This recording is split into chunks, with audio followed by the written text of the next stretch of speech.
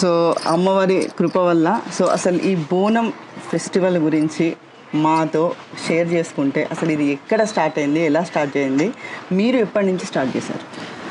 అంటే అమ్మ, బోనము అంటే అందరికీ ఇప్పుడు చేస్తున్నారు కాబట్టి అది మాత్రమే తెలుసు. ఇంకోటి ఏం చరిత్ర తెలుసు అంటే, మరి గోల్కొండ రాజు ఆ రోజు గత్తర్ వచ్చినప్పుడు, ఆ గత్తర్ వచ్చినప్పుడే బోనం పుట్టింది.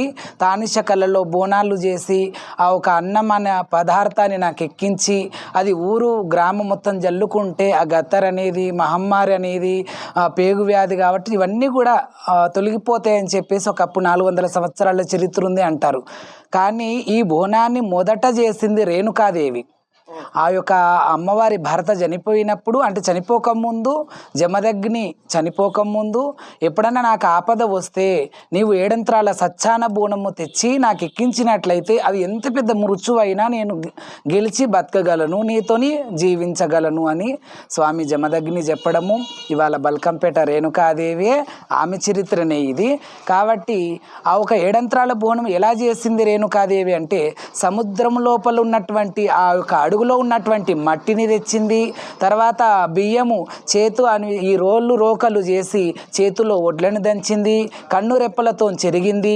తర్వాత సముద్రం అడుగు లోపల ఉన్నటువంటి మట్టిని తెచ్చి ఆ ఒక కుండ, అంటే ఆ మట్టితోని కుండల్ని తయారు చేసింది.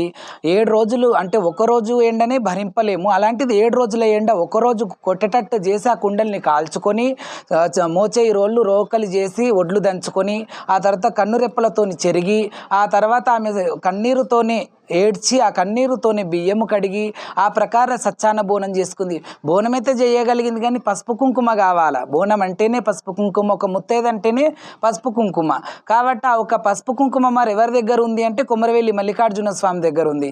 తమ్ముడా, మరి నేను తోడబుట్టిన తోడుని అడుగుతున్నా, మనకింత పసుపు కుంకుమ ఇస్తావా అంటే, మరి కోరమీసాల కొమరెల్లి మల్లన్న రామచిలుక పైన ఒక రెక్క పైన పసుపు, ఒక రెక్క పైన కుంకుమ ఇచ్చి మా అక్కకి ఇచ్చిరా అని చెప్పి ఆ మల్లికార్జున స్వామి రామచిలుకను పంపించడం జరుగుతుంది. అలా పసుపు కుంకుమ అమ్మవారి దగ్గరికి రాగానే పసుపు కుంకుమ వస్తుంది. ఆ తల్లి సచ్చాన బోనం కూడా పూజించుకుంటుంది. ఆమె ఎలా వండింది మరి బోనం అంటే, ఇన్ని రకాలుగా, అంటే సముద్రంలో మట్టి, తర్వాత కన్నురెప్పల మీద జరగడము, కన్నీరుతో కడగడం, ఇదంతా. మరి ఎలా బోనం వండింది అంటే, ఆమె ఎదపైన ఈ 2 రొమ్ముల పైన ఈ ఒక గద్వను పొయ్యిగా చేసుకొని ఈ ఛాతిపై వండింది రేణుకాదేవి బోనాన్ని. ఇంత సచ్చాన బోనం ఆ యొక్క రోజులలో జమదగ్ని చావుబతుకులో ఉన్నప్పుడే ఆ తల్లి బోనం చేసుకుంది. మరి ఈ శివశక్తి ఎప్పటి నుంచి పుట్టినారు అని అంటే, మరి సాక్షాత్తు రేణుకాదేవే మరి లందగోళంలకు, మాదిగవారి లందగోళంలకు పోయినప్పుడు, సబండ కులస్తుల దగ్గరికి పోయినప్పుడు ఎవరు కూడా స్థలం ఇయ్యలేరు. మరి నా కొడుకు కొడుతున్నాడు, భార్గవ బలపరశరామయ్య నన్ను కొడుతున్నాడు, చాలా బాధలు పెడుతున్నాడు అని చెప్పినప్పుడు మరి ఎవరు కూడా తలదాచుకోనికే ఆమె అడిగింది ఎంత, గోపాదం అంత జాగ. ఆ గోపాదం అంత జాగ అంటే ఇంతే, అరిచేయి మందం జాగ అడిగితే అందులో పామునై చుట్ట చూదురుకొని ఉంటా, నా కొడుకు పరశురాముడు వస్తే రాలేదు అని చెప్పండి మీరు అని.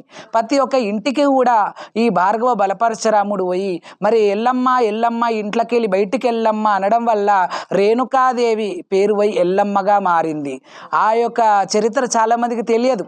ఎల్లమ్మ అంటే ఎల్లమ్మనే అనుకుంటారు, కానీ మిగతా గ్రామాలలో ఇక్కడ ఎల్లమ్మ అయింది. అంటే ఈ యొక్క రాష్ట్రానికి, తెలంగాణ రాష్ట్రంకి వచ్చిన తర్వాతనే ఆయన పిలవడం మొదలుపెట్టిండు, ఎల్లమ్మ ఇంట్లో నుంచి బయటికి వెళ్ళమని. కానీ మహారాష్ట్ర, కర్ణాటకలో మాత్రం రేణుకాదేవి, అది ఆంధ్ర అయినా కూడా రేణుకాదేవి అని మాత్రమే అంటారు. ఇక్కడ ఎల్లమ్మ, రేణుకాని అసలు పిలువరు, ఇక్కడ ఎల్లమ్మ అంటారు.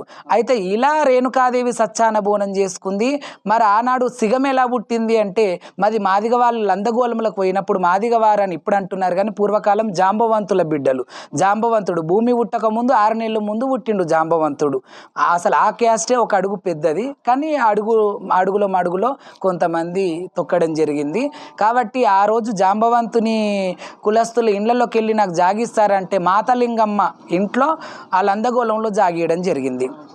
అప్పుడు మరి పరశురాముడు లందగోళంలోకి వెళ్ళి బయటికి పిలవడానికి వాళ్ళమ్మ లందగోళం కింద 7 కోవుల పుట్టలో దాగుంది కాబట్టి 7 ఎకరాల పటమేసి, బండెడు కొబ్బరికాయలు, బండెడు నిమ్మకాయలు, బండెడు కొబ్బరికాయలు, బండెడు బండారు, బండెడు కుంకుమ, ఇవన్నీ పట్నాల లెక్క పరిసి ఆ యొక్క భార్గవ బలపరశురాముడు బైన్లేషం వేసి మరి జముడిక వాయించి మరి రేణుకాదేవిని బయటికి వచ్చేటట్లుగా చేస్తాడు.